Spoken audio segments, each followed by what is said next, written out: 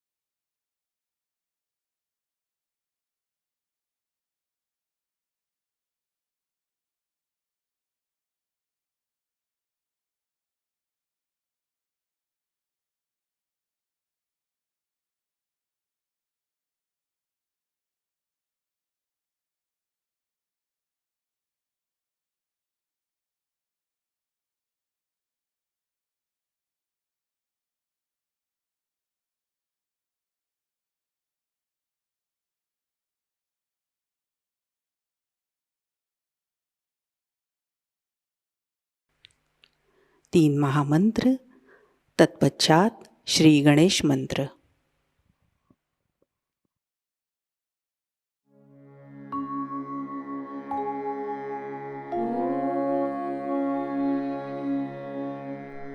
त्वमेव साक्षात् श्री महालक्ष्मी महासरस्वती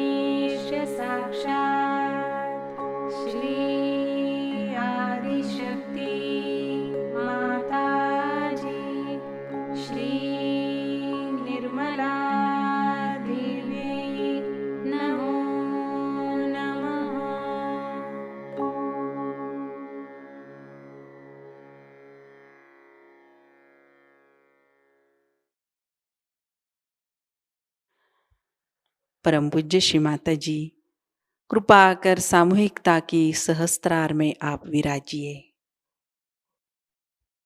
श्री माता जी, हमारा आत्म साक्षात्कार दृढ़ कीजिए। हमारा अहंकार और प्रति अहंकार आपके श्री चरणों में समर्पित है। कृपया आप हमारा समर्पण और कृतज्ञता स्वीकार कीजिए। सहस्त्रार पर अपने चित्त को स्थिर करते हुए कुछ समय ध्यान में बैठते हैं।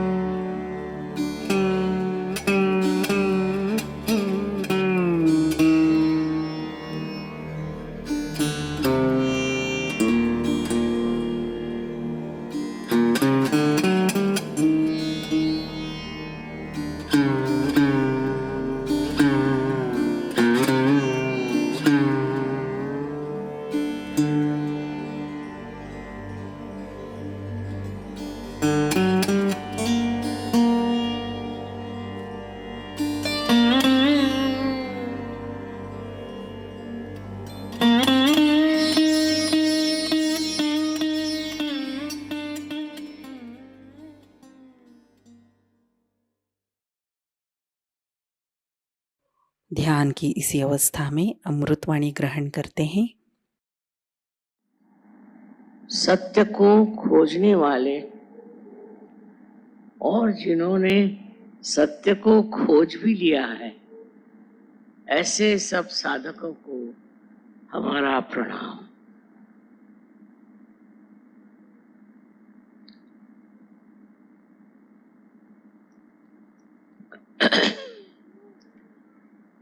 दिल्ली में इतने व्यापक रूप में सहयोग फैला हुआ है कि एक जमाने में तो विश्वास ही नहीं होता था कि दिल्ली में 2-4 भी सहयोगी मिलेंगे। यहाँ का वातावरण ऐसा उस वक्त था कि जब लोग सत्ता के पीछे दौड़ रहे थे और व्यवसायिक लोग पैसे के पीछे दौड़ रहे थे। तो मैं ये सोचती थी कि ये लोग अपने आत्मा की ओर कब मुड़ेंगे। पर देखा गया कि सत्ता के पीछे दौड़ने से वो सारी दौड़ निष्फल हो जाती, थोड़े दिन टिकती है। न जाने कितने लोग सत्ताधारी हुए और कितने उसमें से उतर गए। उसी तरह जो लोग धन प्राप्ति के लिए जीवन बिताते हैं, उनका भी हाल वही हो जाता है, क्योंकि कोई सी भी चीज जो हमारे वास्तविकता से दूर है, उसके तरफ जाने से अंत में यही सिद्ध होता है कि ये वास्तविकता नहीं। उसका सुख, उसका आनंद क्षण भर में भंगुर हो जाता है, खत्म हो जाता है। और इसी वजह से मैं देखती हूँ कि दिल्ली में इस कदर लोगों में जागृति आ गई है। ये जागृति आपकी अपनी संपत्ति है, ये आपके अपने शुद्ध हृदय से पाई हुई प्रेम की बरसात। इसमें न जाने हमारा लेना देना कितना है, किंतु समझने की बात यह है कि अगर आपके अंदर ये सूझबूझ नहीं होती तो इस तरह से ये कार्य संपन्न नहीं हो सकता। इसमें एक ही समझना है कि अनेक संतों ने इस देश में मेहनत की, हर एक के घर घर में उनके बारे में चर्चा होती है और उन संतों के बारे में बहुत कुछ मालूमात बुजुर्गों के तो है ही, पर बच्चों को भी हो जाती। धीरे धीरे ये बात जमती है कि आखिर ये लोग ऐसे कौन थे जिन्होंने इतना परमार्थ साध्य किया। पता नहीं कैसे इतने व्यवसायिक लोग, जिनका सारा ध्यान रात दिन पैसा कमाने में, सत्ता कमाने में जाता है, वो मुड़कर सहयोग में आ गए, क्योंकि उनकी जो वो खोज थी उसमें आनंद नहीं था, उसमें सुकून नहीं था, शांति नहीं थी, किसी प्रकार का विशेष जीवन नहीं था। जब मनुष्य ये पता लगा लेता है कि उसके अंदर कोई ऐसी वास्तविक आनंद की भावना आएगी, न ही उसने कोई उस सुख को पाया जिसके लिए वो इस संसार में आया है। न जाने कैसे एक ज्योत से अनेक ज्योत जलती गई और आज मैं देखती हूँ कि हजारों लोग यहाँ पर आज उपस्थित हैं, जिन्होंने अपने अंदर की अंतरात्मा को पहचाना है। सबसे पहले जान लेना चाहिए कि हमारे अंदर जो बहुत सी त्रुटियां हैं, उसका कारण है कि हम लोगों ने धर्म को समझा नहीं।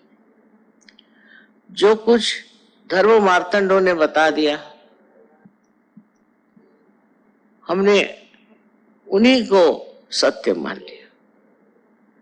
उन्होंने कहा कि आइए आप कुछ अनुष्ठान करिए या कुछ पूजा पाठ करिए या और हर तरह की चीज बताई। मुसलमानों को भी इस तरह से पढ़ाया गया कि तुम अगर इस तरह से नमाज पढ़ो और इन मुल्लाओं के कहने पे चलो तो तुम्हें मोक्ष मिल जाएगा। अब मनुष्य सोचने लगा कि ऐसा तो कुछ हुआ नहीं, ऐसी तो कोई प्राप्ति हुई नहीं, फिर ये है क्या? ये कर्म कांडों में हम क्यों फंसे?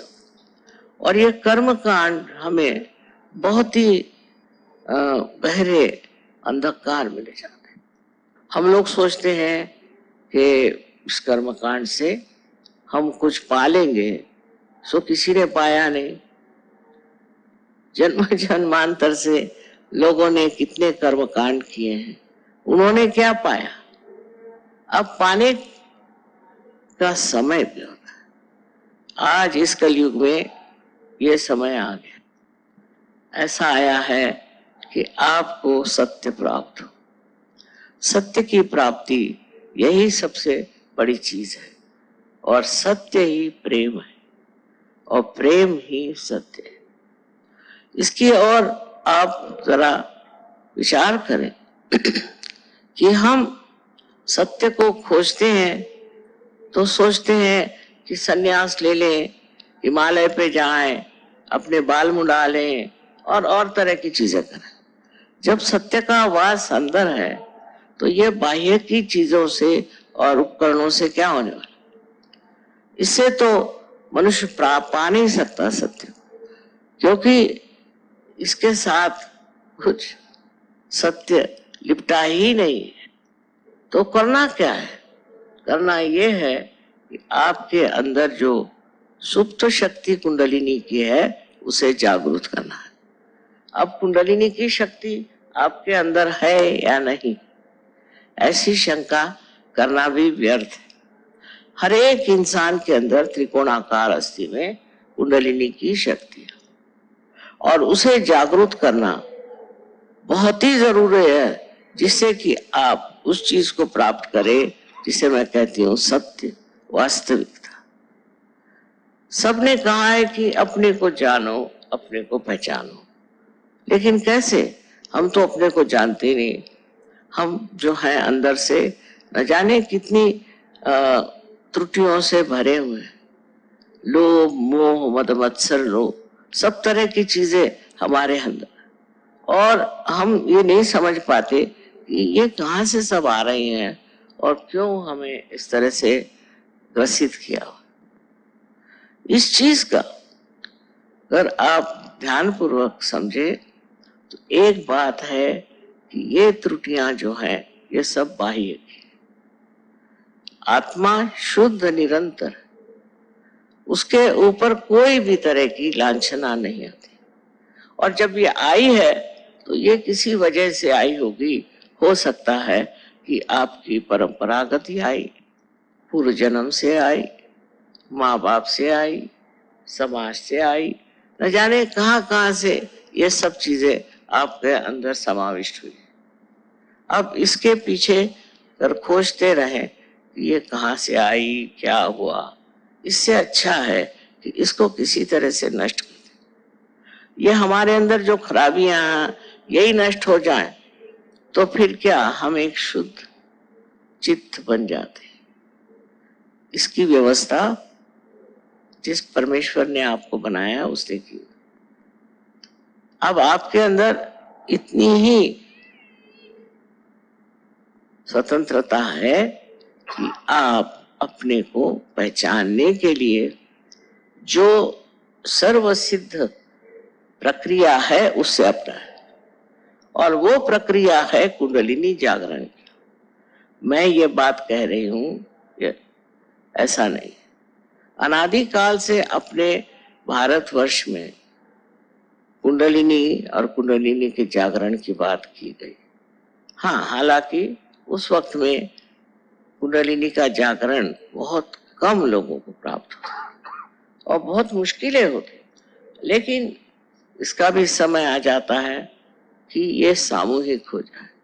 और आज यही बात है, इस सामूहिक स्थिति में आपने कुंडलिनी का जागरण पाया है। अब इस सामूहिक स्थिति पे आकर के जब आप इस कुंडलिनी के जागरण से प्लावित हुए, और जब आपके अंदर एक विशेष रूप का चैतन्य स्वरूप व्यक्तित्व प्रकट हुआ है, उस वक्त आपको ये सोचना चाहिए कि वास्तविक मैं तो ये हूं, और आज तक न जाने किस चीज के पीछे मैं भ्रामकता में मैं चल रहा था। ये सब होता गया, आपके अंदर जमता गया, बनता गया, और ये सब आपके सुबुद्धि दुर्बुद्धि और न जाने किस चीज से जुटता गया। सबसे बड़ी बात है कि हमें अपने को अगर पहचानना है तो सर्वप्रथम हमारा संबंध उस चारों तरफ फैली हुई चैतन्य सृष्टि से होना, चैतन्य से एकाकारिता प्राप्त होनी चाहिए। और उसके लिए चैतन्य से एकाकारिता के लिए कुंडलिनी ही उसका मार्ग है, और कोई मार्ग नहीं। कोई कुछ भी बताए और कोई मार्ग है नहीं। लेकिन लोग आपको भुलावे में डालते हैं और लोग भटकने लगते हैं। जैसे मैं एक बार एक गुरुजी का प्रवचन सुन रही थी, तो उन्होंने तो शुरू में ही गालियां देनी शुरू कर दी। तो उन्होंने कहा कि आप लोग विकृत हैं। मैंने गाली हो गई, आप लोग विकृत हैं और आप की जो तरीके हैं उसमें आप भगवान को नहीं खोज रहे, आप प्रवृत्ति मार्गी हैं, आप हर एक चीज तरफ दौड़ते हैं।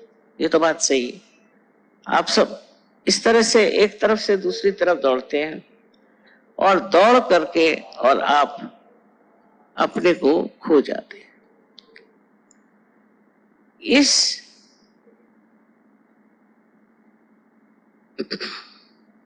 इस दौड़ में इस तरह के प्रवृत्ति में हमारी सारी ही शक्ति नष्ट हो जाती। आज ये चाहिए तो कल वो चाहिए, तो परसों वो चाहिए, भाग रहे इधर से उधर, उधर से उधर, उधर से उधर। अब ये जो उन्होंने गाली बक दी कि आप प्रवृत्ति मार्ग की हैं, उसको लोग मान लेते हैं कि अच्छा हम प्रवृत्ति मार्ग की, और वो दूसरों के लिए कहते हैं कि आप निवृत्ति मार्गी हैं नहीं, तो आप क्यों आत्मा को प्राप्त कर रहे हो?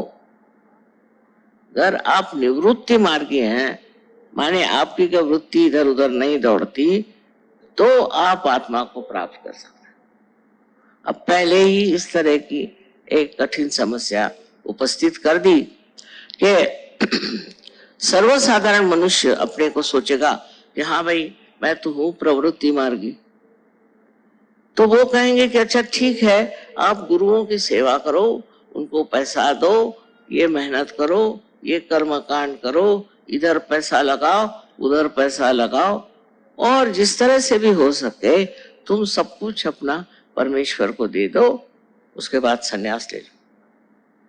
और आपको ये बात समझ में आ जाती है, भाई ये आसान चीज है, पर ये अंधों की बात है। अच्छे भले आंख होते हुए अगर कोई कहे कि तुम अंधे हो तो क्या इसे मान लेना चाहिए? कोई कहे आप प्रवृत्ति मार्गी हैं तो क्या इसे मान लेना चाहिए? अगर आपके अंदर निवृत्ति नहीं है, ऐसा उनका कहना, तो आप ज्ञान मार्ग मतलब सहयोग में नहीं आ सकते। इस तरह की एक भाषा ये लोग व्यवहार में लाते हैं, और उससे सर्वसाधारण जनता ये कहती कि भाई हमारे लिए तो ये ठीक है कि गुरुओं को सेवा, उनको सब दो, उनको सब समर्पण दो। इस तरह की जो हमारे अंदर एक गलत धारणाएं बैठ जाती है और हम उसे मान भी लेते हैं, क्योंकि हमारे अंदर विश्वास ही नहीं है कि हम कभी अपने आत्मा को पा सकते हैं और जिससे हम अपने को जान सकते हैं। लेकिन विश्वास रखिए, यहाँ आज बहुत से लोग ऐसे बैठे हैं कि जिन्होंने कुंडलिनी का जागरण और उसकी विशेषताओं से पूर्णतः अपने जीवन को प्रफुल्लित किया हुआ, और आप लोग सभी इस प्रकार इस चीज को पा सकते। आप में कोई कमी नहीं, कोई कमी नहीं, ये शक्ति आप सबके अंदर है। आपने कुछ भी किया हो, आपने कोई भी गलत काम किया हो, आप परमात्मा के विरोध में भी खड़े हो, चाहे जो भी किया हो, ये कुंडलिनी तो अपनी जगह बैठी हुई है, और जब कोई उसको जगाने वाला आएगा तो वो जग जाएगी। और ये जो बाह्य की चीजें हैं, इसको प्रवृत्ति कहते हैं, ये जो आपके अंदर षड्रिपु है, ये एकदम झड़ जाए। जब आप देखते हैं कोई बीज आप माँ के उदर में डालते हैं तो अपने आप प्रस्फुटित होता है। बीज में तो कुछ नहीं दिखाई देता, पर जब वो माँ के पेट में जाता है तो वो अपने आप प्रस्फुटित हो जाता है। इतना ही नहीं, पर उसके अंग प्रत्यंग में जीवन आ जाता है। उसी प्रकार कुंडलिनी के जागरण से आप जागरूक हो जाते हैं और आपके अंदर की जो वृत्तियां हैं, जो नाशकारी हैं, जो गलत है, वो अपने आप जड़ जाती है। ये बड़ा आश्चर्य का विषय है, किंतु ऐसे बड़ी आश्चर्य की बात नहीं, क्योंकि ये घोर कलयुग है। ये घोर कलयुग है और इसके प्रताप से न जाने कितने लोग झुलस गए। और अब इसी कलयुग में ये कार्य होने वाला है और इसी कलयुग में आप इसे प्राप्त करने वाले हैं और उस परम तत्व को आप प्राप्त करने वाले हैं जो आपके अंदर आत्मा स्वरूप विराजित है। उसके प्रकाश में आप अपने को जानेंगे। आप जानेंगे कि आपके अंदर से कौन से दोष गिर गए और अब आप शुद्ध चित्त वाले आत्मा स्वरूप हो गए। इसको जब आप जान लेंगे कि आपकी ये स्थिति है और यही सच्चाई है, तो जितनी झूठी बातें हैं आप छोड़ देंगे। उससे क्या फायदा? किसी भी झूठी बात को साथ लेकर के आप कहां जा सकते हैं? पर तब तक झूठ नहीं दिखाई देता जब तक आपकी आत्मा जागृत नहीं होती। आत्मा के प्रकाश में ही आप उस झूठ को समझ सकते हैं जो आपको हर तरह से भुलावे में रखता है। और इस भुलावे में हर तरह के लोग घूम रहे हैं। आप दुनिया की तरफ नजर करें, किसी भी धर्म का नाम लेकर के आज लड़ रहे हैं। अरे भाई, जब धर्म है, जब एक ही परमात्मा है, तो लड़ क्यों रहे हो? पर इस तरह के भुलावे तैयार हो जाते हैं, दिमागी जमा खर्च ऐसा बन जाता है और उसको लोग अपना लेते हैं। उसका कारण यही है कि उनकी समझ में अभी प्रकाश नहीं। जब कुंडलिनी का जागरण होता है तो आपका संबंध उस परम चैतन्य की शक्ति से हो जाता है और ये संबंध बड़ा माना हुआ। आइंस्टीन जैसे इतने बड़े साइंटिस्ट ने यह कहा है कि जब आपका संबंध टॉर्शन एरिया उसको कहते होता है तो अकस्मात ऐसी चीजें होती हैं, इस तरह से आप शांत चित्त हो जाते हैं कि उस शांत चित्त में न जाने कितनी उपलब्धियां होती हैं और कितने तरह के नए नए आपको प्रयोग मिलते हैं और नई नई उपलब्धियां होती हैं। ये सारी चीजें होते हुए भी जब लोग बार बार जग कर सो जाते हैं और सोकर फिर जगते हैं, ऐसी भी दशा चलती है। ऐसे लोग नहीं होते कि जो एक बार पार हो गए सो, उसके बाद उनकी गहनता कितनी है इस पर निर्भर है।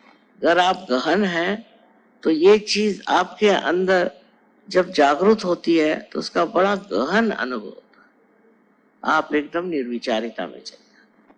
आज ही मैं बता रही थी कि मनुष्य विचार क्यों करता है, हर समय हर एक चीज पे देखना और उस पे विचार करना। कोई चीज है, जैसे ये अब कारपेट है, ये कहाँ से आई होगी, कितने की होगी, क्या होगा, दुनिया भर की झंझटें इसके लिए होगी। बजाय इसके को इतना सुंदर है, इसका सौंदर्य, उसका आनंद ले, मनुष्य सोचते ही रहता। और इस तरह के सोच विचार से मनुष्य कभी कभी पगला भी जाता। तो किसी भी चीज की ओर देखकर उस पर प्रक्रिया करना, रिएक्ट करना, इससे बढ़ के और कोई गलती नहीं। क्योंकि जो आप प्रक्रिया कर रहे हैं या रिएक्ट कर रहे हैं किसी चीज पर, तो वो आप अपने अहंकार के कारण या आपके अंदर जो सुप्त चेतन है, जिसे कि कंडीशनिंग कहते हैं, उसके कारण कर रहे हैं।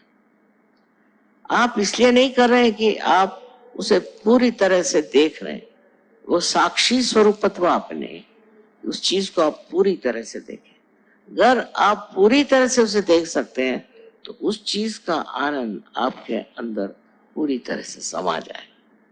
सबसे तो बड़ी बात यह है कि इस दशा में आने की बात बहुतों ने कही, मैं कह रही हूं ऐसी बात नहीं, पर वो बहुत से लोग समझ नहीं पाए होंगे, या उस वक्त ये भी सोचा होगा कि ये कैसे हो सकता है, हम तो एक मानव हैं, ये कैसे हो सकता है। कुंडलिनी के जागरण से सब हो सकता है। और जब कुंडलिनी आप सबके अंदर वास्तव किए हुए, जब वो स्थित है वहां, तो सिर्फ उसके जागरण की बात है। ये आपका धरोहर, ये आपकी अपनी चीज है, जिसे आपने खरीदी नहीं, उसके लिए कोई पैसा नहीं दिया, उसके लिए किसी भी तरह की याचना नहीं की, वो अंदर है, वो स्थित है। सिर्फ उसकी जागृति होने का विचार होना चाहिए। अब ये कुंडलिनी शक्ति जो है, ये आपकी बड़ी शुद्ध इच्छा है। शुद्ध इच्छा हमारे यहाँ कोई है नहीं। जैसे कोई साहब वो कहेंगे, साहब मैं चाहता हूं कि मेरे पास एक मोटर आ जाए। अच्छा भाई, आ गई मोटर, तो उसका आनंद ही नहीं उठाया, फिर लगे दूसरा कुछ ढूंढने, फिर वो चीज हो गई तो फिर लगी तीसरी चीज। तो इसका मतलब आपकी जो इच्छाएं शुद्ध नहीं थी। अगर वो शुद्ध इच्छा होती तो आप तृप्त हो जाते। ये कुंडलिनी शक्ति आपकी शुद्ध इच्छा है और ये परमेश्वरी इच्छा है। ये जब आपके अंदर जागृत हो जाती है तो आप तृप्त हो जाते।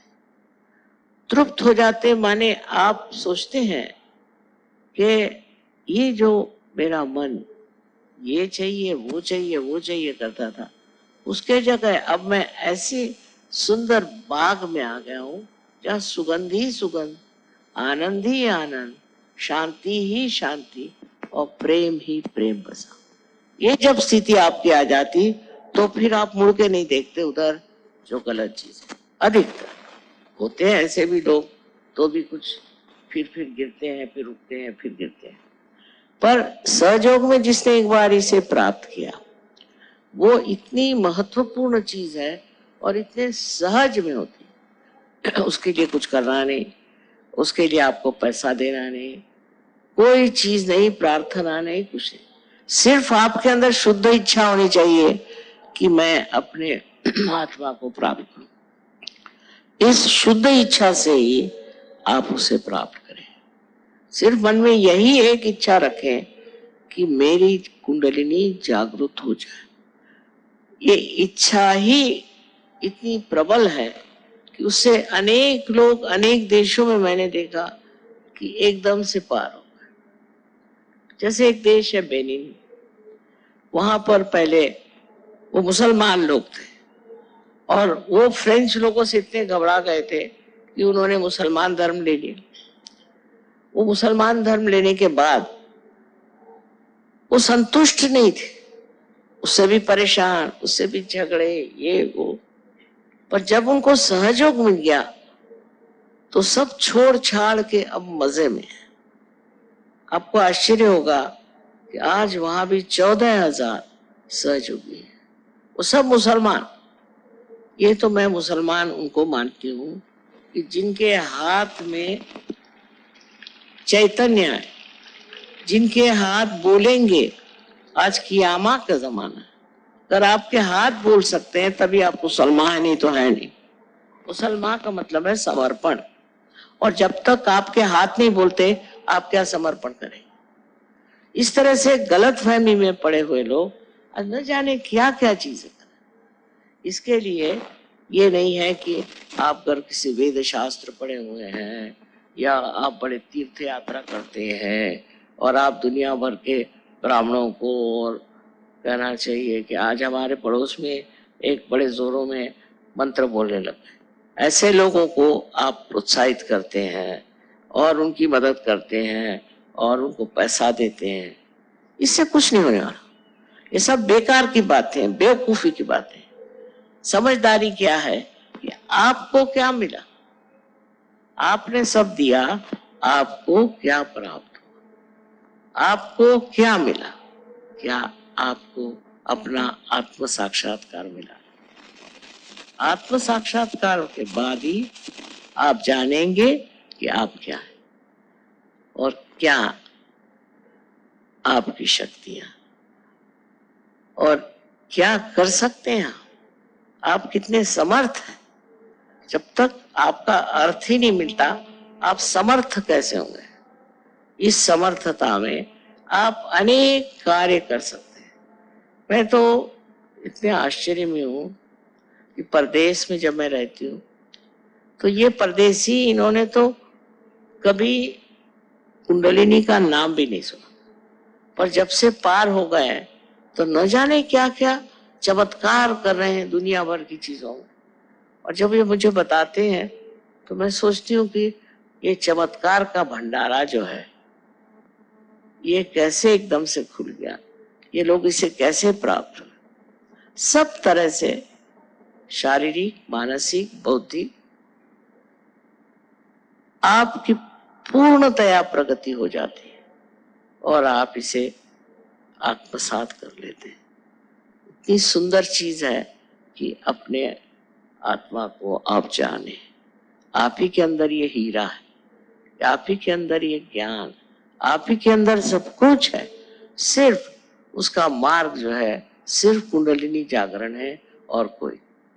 ये मैं आपसे इसलिए बताना चाहती हूँ कि बहुत बार मुझे लोग प्रश्न पूछते हैं कि कुंडलिनी से और कोई मार्ग है। मैंने कहा और कोई मार्ग नहीं। सच बात तो ये, उसमें मेरा लेना देना कोई नहीं, लेकिन आपको तो जो सच है वही बताना है कि कुंडलिनी के जागरण के सिवाय आपके पास और कोई मार्ग नहीं है जिससे आप अपने को भी जाने और दुनिया को भी जाने। सारे दुनिया भर के धंधे छोड़ करके सीधे अपने अंदर बसी हुई इस महान शक्ति का उद्घाटन करना ही आपका परम कर्तव्य। आज आप लोगों को यहाँ देख करके इतने बड़ी तादाद में मेरा हृदय भरा था। एक जमाना था कि मैं दिल्ली को बिल्ली कहती थी, यहाँ तो किसी की खोपड़ी में सहज घुसेगा नहीं। वो आज मैं देख रही हूँ कि आप लोगों ने इसे आत्मसात किया और अपनाया, और सब तरह का लाभ ही लाभ है, हर तरह का लाभ इसमें है। और अगर महालक्ष्मी की कृपा हो जाए तो अपना देश भी एक बड़ा सुरम्य और बहुत वैभवशाली देश हो सके। इसलिए हमको सबको सामाजिक रूप से इसे फैलाना चाहिए और इस सामाजिक रूप में हर तरह का पहलू हमें पहचाना। जहां जहां लोगों को तकलीफ है, मैंने कम से कम ऐसे 16 प्रोजेक्ट बनाए जिसमें औरतों को मदद करना, बच्चों को मदद करना, बीमारों को मदद करना, बूढ़ों को मदद करना, खेतीहर लोगों को मदद करना आदि अनेक से प्रोजेक्ट्स बनाए हैं कि जिसमें सहयोग कार्यशील। और इस कार्य को करते हैं वो समझते हैं कि ये हमारे अंदर इतनी शक्ति कैसे है। हम रोगों को ठीक करते हैं, पागलों को ठीक करते हैं और सबको व्यसन से छुड़ाते हैं। ये सब शक्तियां हमारे अंदर कैसे हैं? ये शक्ति आपके अंदर आने का एकमेव साधन है, वो है कुंडलिनी का जागरण, और उसको जागरूक रखना चाहिए। इधर उधर भटकने वाले लोगों को ये ठीक है कि वो एक जगह जरा रुक जाएं और देखें कि आप हैं कौन, आप कितनी महान वस्तु, आप में कितना सामर्थ्य और उसे आप किस तरह से इस्तेमाल करना चाहिए। मुझे पूर्ण आशा है कि अगले वक्त मैं जब आऊं तो इससे भी दूने लोग यहाँ रहे। इतना ही नहीं, वो लोग कार्यान्वित सहयोग में उसको पा करके आपको संन्यास लेने की जरूरत नहीं, हिमालय पर जाने की जरूरत नहीं, यही समाज में रह करके सहयोग को फैलाना है और इस तरह से विश्व में एक विशेष सहज समाज बनाना है। और इस सहज समाज में वही करना चाहिए कि जो सारे संसार का उद्धार कर सकता है और जितनी इसकी त्रुटियां हैं उनको बिल्कुल पूरी तरह से नष्ट कर सकता है। ये कार्य आप लोग सब कर सकते हैं और इसलिए मैं आपसे बार बार यही कहूंगी कि अपनी जागृति करते रहे, मनन करें, मनन से जागृति बनी रहे और जो दोष हैं वो धीरे धीरे बिल्कुल निकल जाए। इससे आप एक सुंदर स्वरूप, बहुत ही बढ़िया एक व्यक्ति हो जाए।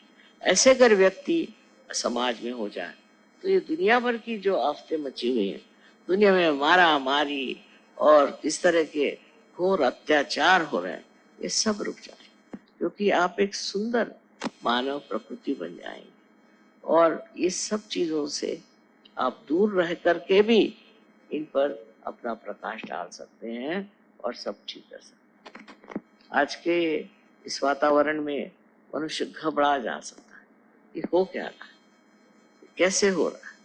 इन सब का एक ये सोचना चाहिए कि एक दिन आता है कि सब चीज सामने आकर खड़ी हो जाती और इतने दिन से चलने वाली ये चीज आज एकदम से उद्घटित हो जाए।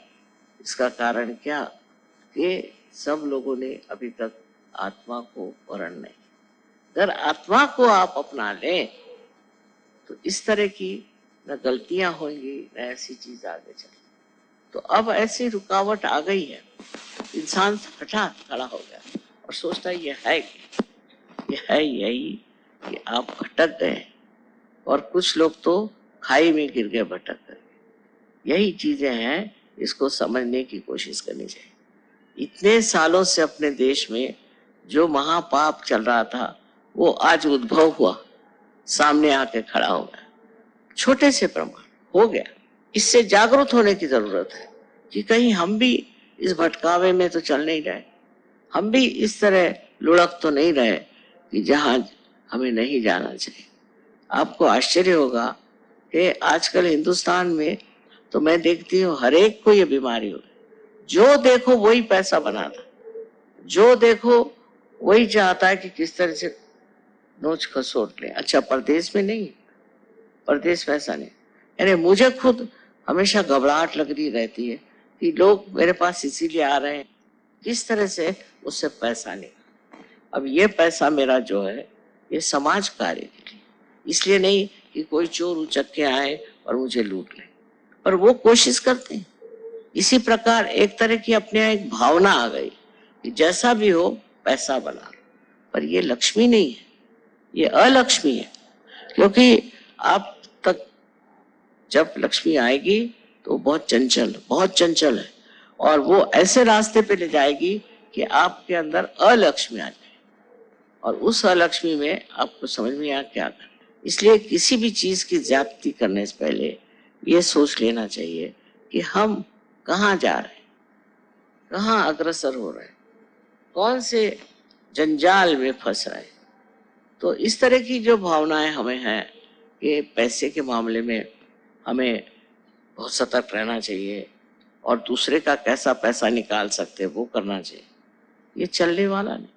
पैसा आप क्या उठा के अपने साथ ले जाएंगे, ये सारा कुकर्म है, ये आप ही के खोपड़ी पे बैठेगा। क्योंकि मानती हूं मैं ये घोर कलयुग है, और इसी के साथ एक और चल रहा है, उसको मैं कृत युग कहती हूँ। जब ये परम चैतन्य कार्यान्वित है और ये परम चैतन्य वो कार्य कर रहा है जिससे बार बार ऐसे लोगों को ठोकरें लगेंगी और वो समझ जाएंगे कि ये हम बहुत ही सामाजिक हित के विरोध। अगर आपको लोगों का हित पाना है तो आपके अंदर शक्ति है, उसे आप जागरूक करें और उनका हित सोचें। किंतु हित के मामले में भी स्वार्थ नहीं होना चाहिए। असल में अपने यहाँ तो शब्द भी इतने सुंदर है, स्वार्थ का मतलब स्व का अर्थ। क्या आपने अपने स्व का अर्थ जाना है? स्व का अर्थ जान लेना ही स्वार्थ है और बाकी सब बेकार। अगर ये चीज हम लोग समझ लें कि हमने अपने स्व का अर्थ नहीं जाना तो हम उधर ही अग्रसर होंगे, वही हम कार्य करेंगे जिसे स्व के अर्थ जानने की व्यवस्था हो। इसलिए आजकल की जो कुछ भी कश्मकश चली हुई है, झगड़ेबाजी चली है, इसकी परंपरा बहुत पुरानी अपने देश में स्थित हो गई। पता नहीं कैसे, पहले जब अंग्रेज आए तो वो भी यही धंधे करते थे। उन्होंने हमारे यहाँ से कोहिनूर का हीरा ले गए। उनको जब तक आप कुछ प्रेजेंट नहीं दो तो वो खुश नहीं होते थे, और वो थोड़े प्रमाण में था, अब तो बहुत ही बड़े प्रमाण में हर एक चीज चल रही। तब से शुरू हुआ, बढ़ते बढ़ते हमारे राजकारणी लोगों ने शुरू किया और आगे बढ़ गया।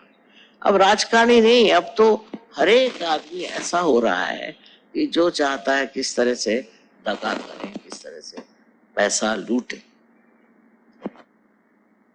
इसका एक ही मार्ग है, वो है सहयोग। इसी से हमारा समाज व्यवस्थित हो जाएगा। इसी से हमारे समाज में आपसी प्रेम और आदर, न कि हम पैसे का आदर। अब दूसरी बात है सत्ता। सत्ता के पीछे भी लोग पागल। सत्ता चाहिए, काहे के लिए चाहिए सत्ता? इसलिए सत्ता चाहिए, आपकी अपने पे सत्ता नहीं, आप दुनिया भर की सत्ता लेके करोगे क्या? सत्ता चाहिए, हमें ये होना है, हमें वो होना है। किस दिन के लिए? कौन सी उससे लाभ है?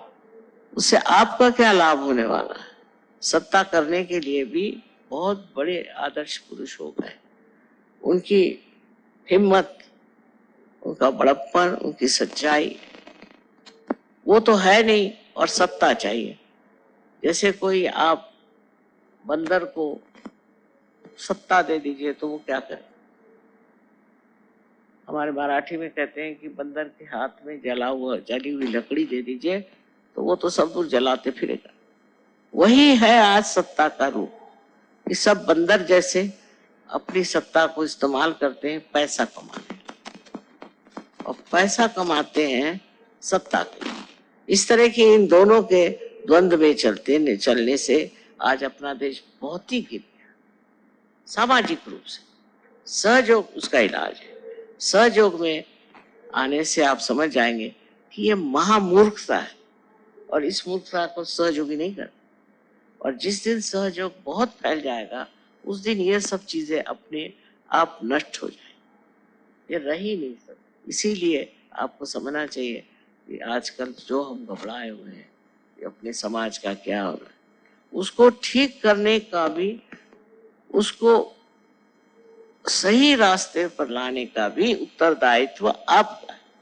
आप कर सकते हैं। आप जो सहयोगी है ये कर सकते हैं, और जो नहीं भी है उनको सहयोग करना चाहिए। हमें अगर अच्छी समाज व्यवस्था चाहिए, अच्छी एक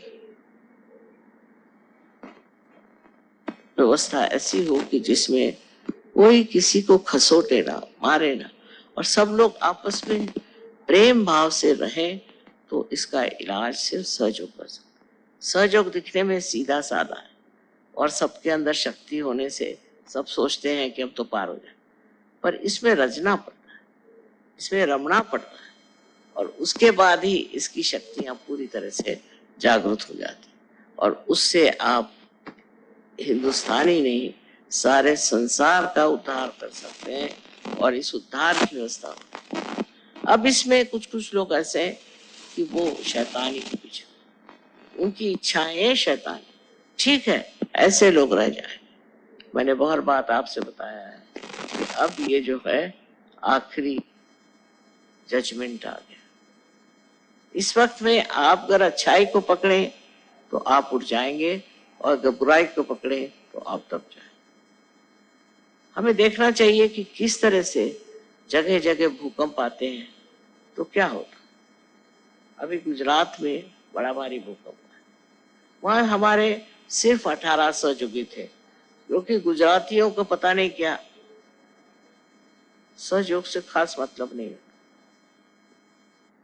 अब टर्की में भी बड़ा भारी भूकंप है, वहां भी जितने सहयोगी थे सब बच गए, सब एक से, और उनके घर भी बिल्कुल सही सलामत, मैंने देखे खुद।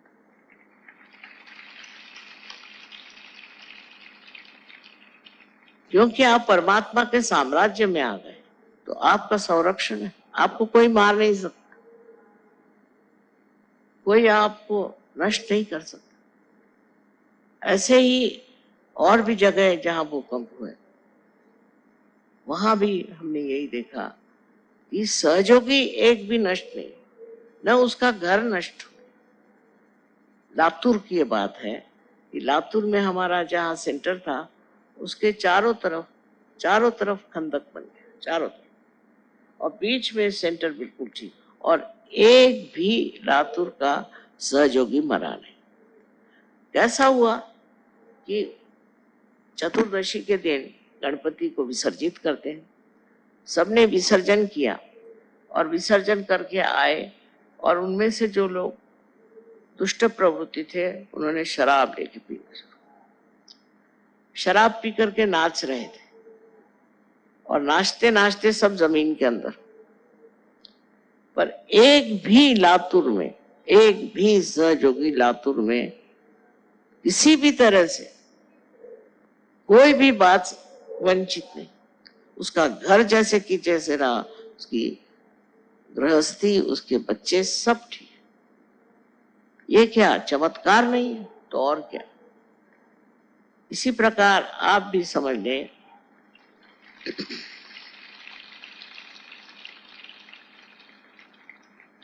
कि परमात्मा का जो संरक्षण वो आपके ऊपर होगा, क्योंकि आप उसके साम्राज्य में गए। इन सारे साम्राज्यों से बाहर इतने ऊंचे आप चले गए कि आप अब किसी भी चीज का भय नहीं, कोई भी चीज आपको नष्ट नहीं कर सकती। इस तरह से हमने सहयोग में अनेक उदाहरण देखे, अनेक लोगों को बीमारी से उठते देखा। ड्रग लेने वाले लोग एक रात में ही बदल जाते, एक रात में बदल गए। किसी को आश्चर्य होगा ये कैसे हुआ। वही बात मैंने कही कि कुंडलिनी के जागरण से अपने अंदर की सब विकृतियां जड़ जाती, और इस तरह से हर जगह ये कार्य हो रहा है, और लोग अब महसूस कर रहे हैं, इसको समझ रहे हैं कि परिवर्तन की बहुत जरूरत है। इस परिवर्तन के सिवा कुछ भी नहीं बदल सकता, कुछ भी ठीक नहीं हो सकता। ये मनुष्य ही है जो सब गड़बड़ करता है, और ये मनुष्य ही है वो खुद इसको उठाएगा और बढ़ाएगा। बड़ा विश्वास है मुझे कि जिस तरह से यहाँ सहयोग बढ़ा है और भी आगे बढ़ता रहे, और अनेक प्रांगण में, अनेक स्थिति में इसका प्रकाश चारों तरफ आ फैला है। आप सबको आनंद आए। I am sorry I had to speak in Hindi language because most of the people are here Hindi. Moreover, I didn't know whether to speak Urdu mixed or Sanskritized Hindi, because we have lots of languages here and they all have different hues. As it is, whatever I have told them is very simple, which you all know, that you have to have your Kundalini awake, because that is your pure desire. And to achieve that pure desire, you don't have to do anything. It just works out as you have seen, for which you don't have to pay, for which you don't have to stand on your head, for which you don't have to give up anything. This is not a new thing for you. You all know and you have achieved it. What I am very proud of, that in this country we have the heritage of saints and of many people who have talked about it. But in your countries, nobody even expected that there could be such a power that would give you this awakening. But just imagine, it has worked wonders. Now, as you know, we are working in 86 countries. While I am not visiting them, neither have I energy to go to all of them. But how it is working? Because when you got it, you took it with you and you gave it to others. One person can give realization to 1,000 people, you know that. So the way you people have accepted Sahaja Yoga and have taken up as a mission, I wish everywhere in every country people do that. If we have to change this world, if you have to change all our circumstances, it is important, very important, to see what is your role, what is your life itself, what is your existence for. After realization, your existence is for giving realizations to people. This you must realize. Nothing is more important. Job is not important, money earning not important, positions not important, but give realization to people and otherwise everything will fit into. For example, I see here a camera. See, for camera I don't have to do anything. Only if you click it, you get the photograph. Sahaja Yoga is like that. That if you decide, if you really decide in your hearts that we are going to spread Sahaja Yoga out and out, nobody can stop it because it's the help of God Almighty that you can do it, which is a very simple work and that is most satisfying. That's all I have to say to people who are Sahajogis abroad. They should first think of spreading Sahaja Yoga and saving people. It is their basic minimum of minimum idea should be about self-realization. You don't know how one feels happy to see so many people getting realization. And it's such a joy-giving thing to give realization to people. I know so many of you are doing that way, but all of you should do it. All of you should work it out instead of getting lost into nonsensical things. This is my request is, and I would say that there are so many great people among you. You should follow their model and try to make a beautiful world out of this horribly threatening, useless world. May God bless. कुछ समय ध्यान में बैठते हैं।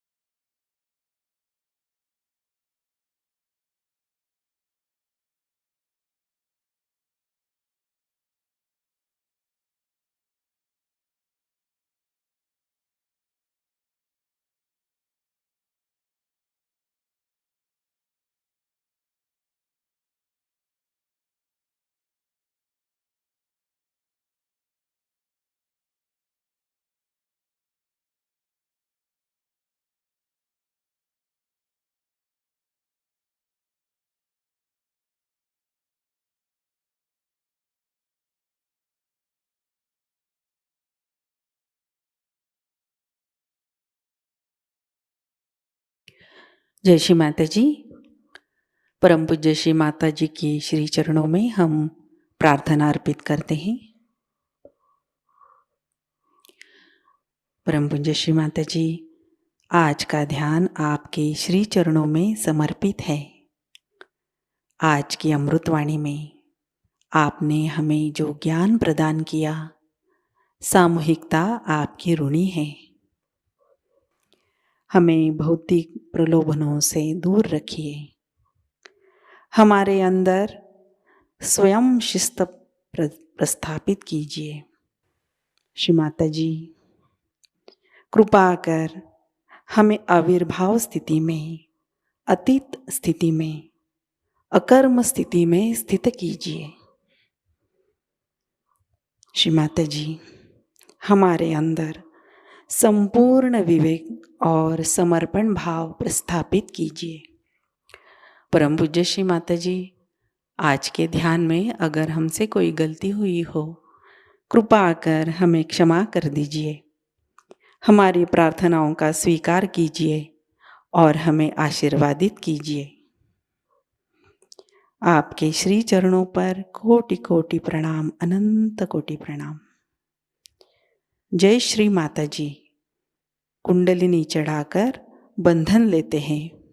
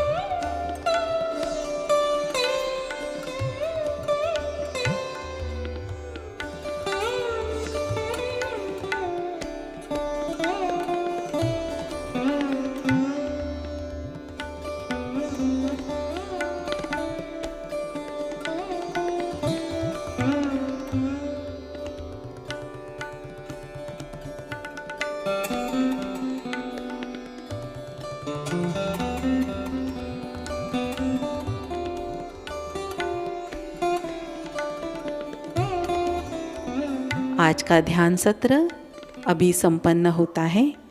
जय श्री माता जी।